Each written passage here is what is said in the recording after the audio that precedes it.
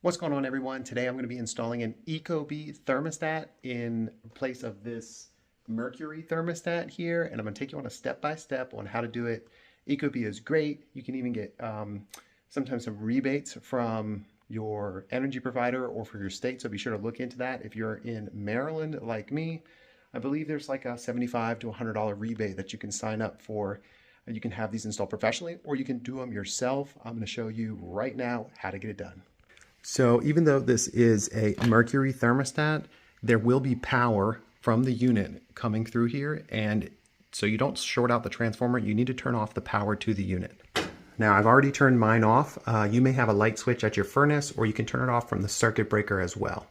Looks like this thermostat was painted on. So I'm gonna go behind it real quick with a knife and score everything and try not to scratch any of the paint.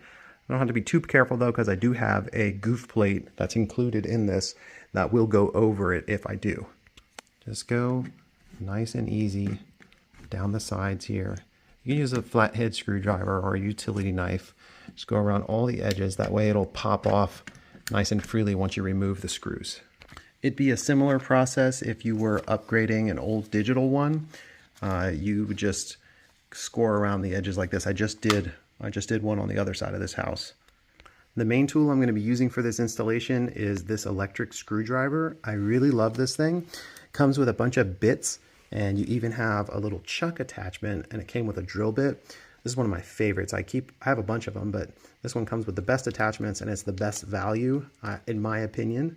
And this is the flip bit, and it's got flat and Phillips on it, but I think this flat is going to be a little big here for these screws, which we need to remove. So I'm going to switch them over to one of these other flats.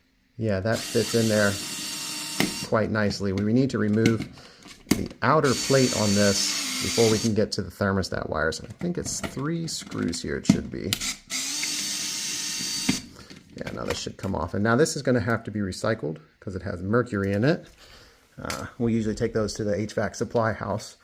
Now at this point, you're going to want to mark your wires on a piece of paper, take a picture of what you have so that you don't forget.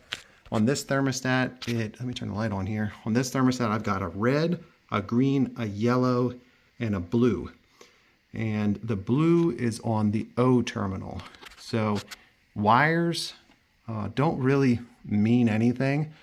It just matters what they're connected to on the other side. Hopefully on the other side, they're still connected to the same terminals, which they should be. But typically red is going to be your 24 volts, green is going to be your fan motor, Y is going to be your compressor, and blue is going to either be your common or your reversing valve. In this case, it's a heat pump, so that's my reversing valve.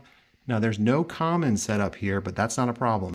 If when I pull that thermostat out from behind the wall, there's not a common wire or not an extra wire to hook up as common, I do have a C wire adapter that I can use, which will basically add a wire to my system. So if I only have 4 wires, I can still make this work because these thermostats do not take batteries. There are some Wi-Fi thermostats that operate off of batteries. I think it's a Sensi.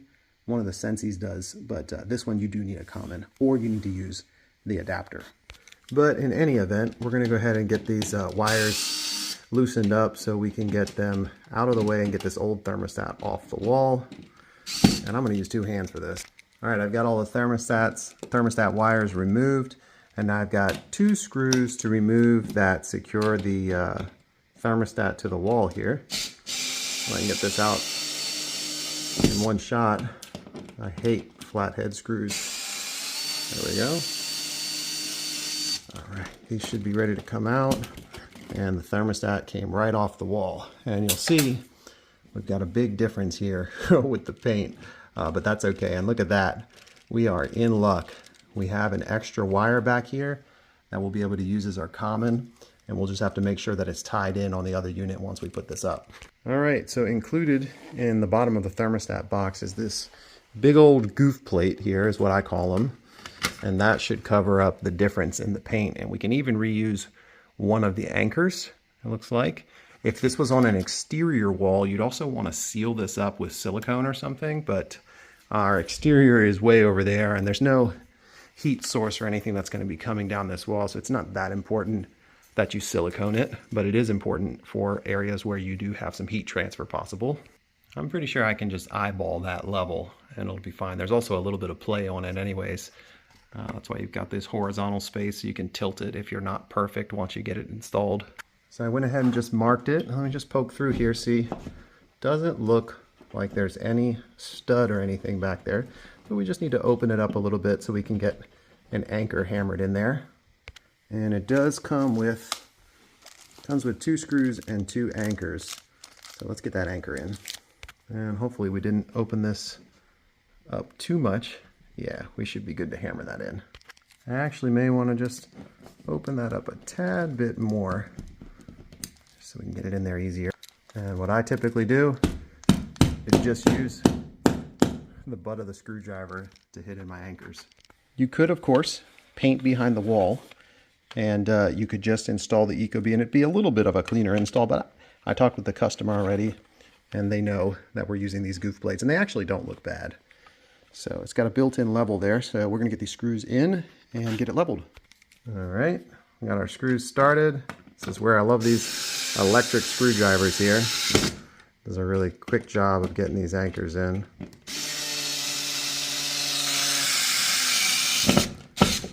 They don't have a crazy amount of torque, but they're very convenient. Actually, we might need to loosen that up a little bit so we can level it out. I'll show you what I mean there. We should be able to twist this whole thing now. Okay, so you can see now we've got some play both vertically and horizontally. We want to just get that bubble right in the middle there. That looks pretty good. Now we can tighten it down. All right, we are like most of the way done already, if you can believe it. These wires are really easy to connect. There's a little hole there, and all you have to do is push down these tabs. You don't even need a screwdriver anymore, and you can just shove them in the hole. Now these wires here are a little bit too long, so I'm just going to give them a tiny bit of a haircut here, just like that, and they should fit in all the way without leaving too much wire exposed. And we'll also cut this one, and we'll strip it back a little bit, just about the same. See if I can do this with one hand here. There we go. And we'll do that to all the wires and get them connected. All right, I've got all my wires connected. I like to give them a nice tug just to make sure they're really in there. And yeah, if you just only had one yellow wire, you just use Y1. Y2 would be for 2 stages of cooling. And actually this W is in the wrong place. It's not supposed to be there. It's supposed to be common. Let me switch that. There we go. I'm glad I double checked my work. It basically just would not have lit up because it needs the common. This is going to be your 2 24-volt points here. This is your 24 volts, and this is your return to ground. Now we are ready to pop this bad boy on here and go turn our power on. Or first we need to check and make sure the common's hooked up at the unit. So I can see here I've got a couple thermostat wires coming down here, but this is my main thermostat wire that's got all the different colors. You see our green, blue, yellow, and then we have a white and red that's connected. So all of our wires are connected, and I can see here that that white is connected on the thermostat strip, and that should be on the common terminal. It's a little hard to see.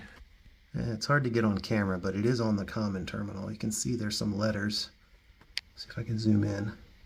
There's your letters there. It's hard to get on camera though. So we should be able to power this up safely and check and see our thermostat working. All right, now we have a setup process here. I always get rid of that protector. You can go through to the homeowner or the pro option. I am a pro. It just saves me a little bit of time. Only RC is connected. We have a single speed fan. This is where it double checks your wiring to make sure it's correct. And we want Fahrenheit. We have a geothermal on cooling. And this is going to be bedroom. Now at this point, I usually let the customer get involved and have them put in their Wi-Fi or go to their app if they want, or we'll skip it altogether. So basically we're done with the installation other than checking to see if it works. I will show you once I get it completely set up. All right, we're all set up. The unit is cooling. We are not connected to the app yet. There's a couple different versions of these. You can do ones that have remote sensors, or you can buy the remote sensor for this. all the programming features that you want, and smart learning. It has a lot of that stuff. Very, very sophisticated thermostat. You can even check the weather if you want, but I'll let the customer deal with all of that. So let me know what you think about these things.